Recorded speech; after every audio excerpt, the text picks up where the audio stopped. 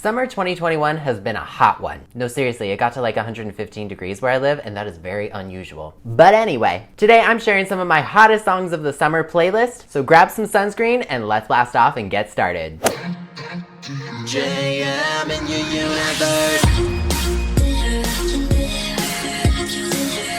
Konnichiwa friends, I'm Jonathan Miller and welcome back to Jonathan Miller Music, where we help each other become better artists. I make pop music and every Wednesday on this channel I'm helping others take their music to level 2. If that sounds good, consider subscribing and ringing the notification bell, maybe giving this video a like and sharing it with a friend. My goal is to hit 10,000 subscribers by the end of this year, so if you enjoyed this video, hit that sub button and help me out. If not, then I hope your winter is especially cold. Okay, I probably shouldn't say that because of global warming, and this last winter we actually had an ice storm that cut the power for a whole week. I really hope I didn't just jinx myself. Well, sub and we'll find out together. Think about that. All right, let's talk about some of the hottest songs of the summer. This video is entirely my opinion and yours will probably be different, and that's okay. But there was a lot of great music released around the world this summer, so I wanted to share some of my favorites today. Also, I'm only sharing 10 songs in this video, but if you want to check out my full Spotify playlist, I've left a link in the description below so you can do so. Make sure you follow me over there as well. Anyway, let's just get into it. Number 10, Queendom by Red Velvet. It would not be a summer playlist if the Summer Queens did not make an appearance. I loved Joy's solo mini album of covers, but it was a nice little treat this year to get all 5 girls returning together. The video's fun, the lyrics are empowering, and for me, it ticks all the boxes that it needs to. Number 9, Take My Breath by The Weeknd. I was so curious as to what direction Abel was gonna go in after the success of Blinding Lights, because this 80s synthwave horror niche really works for him. And for me, this song felt like a great evolutionary step.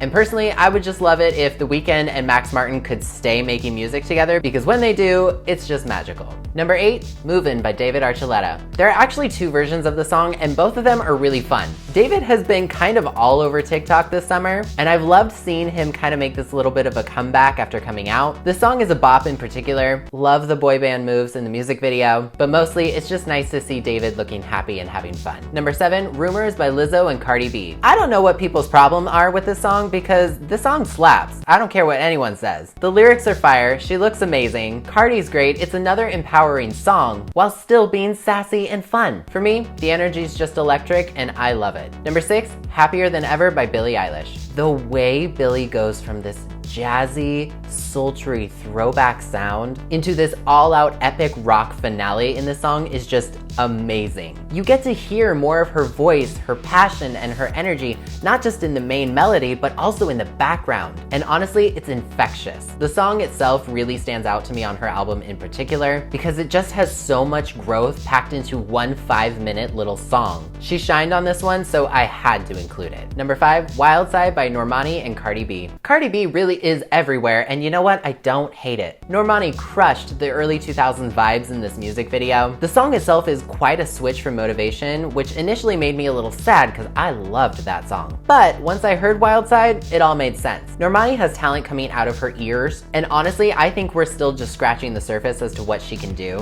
So honestly, I can't wait to see what she does next. Hopefully we'll get an EP or an album from her sometime in the future. Looking at you, her record label. Number 4, Weeknd by Taeyeon. I am a Girls' Generation stan. I know this, so I'm just a little bit biased, but someone got treated pretty nicely this summer. I loved seeing Taeyeon dancing and performing again, especially on music shows, which she doesn't do very often, because she looked amazing. Again, those early 2000s vibes were totally on point. The song was disco and laid back, perfect for a great vacation or car ride. I really loved it. 10 out of 10, Taeyeon. Number 3, Good For You by Olivia Rodrigo. Olivia really started this summer strong with her number 1 hit. Her album was a bop. I think she's an incredible songwriter, and this song in particular has really helped bring pop rock back into the mainstream, just like it was in the early 2000s, of course. Early 2000s, what a theme for this year. Even though it was really starting to be on the rise again, she really helped bring it to the forefront. Personally though, I hope that people don't flip-flop on her like they always do with female pop stars when it's time for album number 2, because I think she has so much talent. And again, she really is a fantastic songwriter for her age, and she can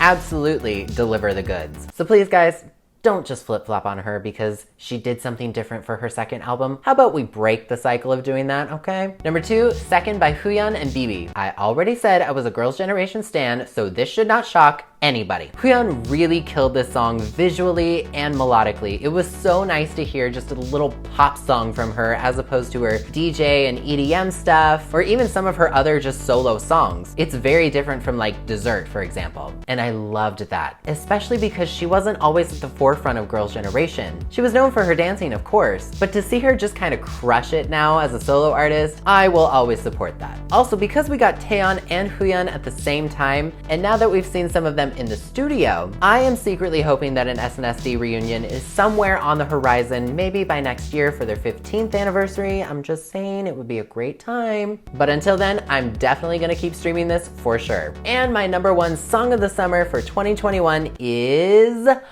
Butter by BTS. I'm sorry, but this song just slaps. I am not even remotely tired of the song, and it's been out since May. It's upbeat, it's dancey, it's confident, it's a little romantic. It has all the makings of a great summer anthem. It's lighthearted, and I'm really happy it was #1 for so long because honestly, I think they deserve it. I loved being able to share my initial reaction and doing a whole hype week about them because the song itself just hit every mark for me. It's a song I can't get enough of even 3 months later, which is why Butter for me is my #1 song of the summer. So that is my hottest songs of the summer playlist. Question of the video, what are your top 5 favorite songs that were released this summer? Leave me a comment below letting me know. Don't forget, you can check out my entire full Spotify playlist with the link in the description below. Make sure you do so, and don't forget to follow me as well. And if you really like me and like what I do, consider joining me on Patreon like Melanie here and all these fantastic people to get all sorts of fun rewards, including access to my YouTube calendar to see what's coming to the channel. But as always, if you enjoyed this video, please leave a like on it and subscribe if you're new. I put out new videos every single Wednesday. Once again,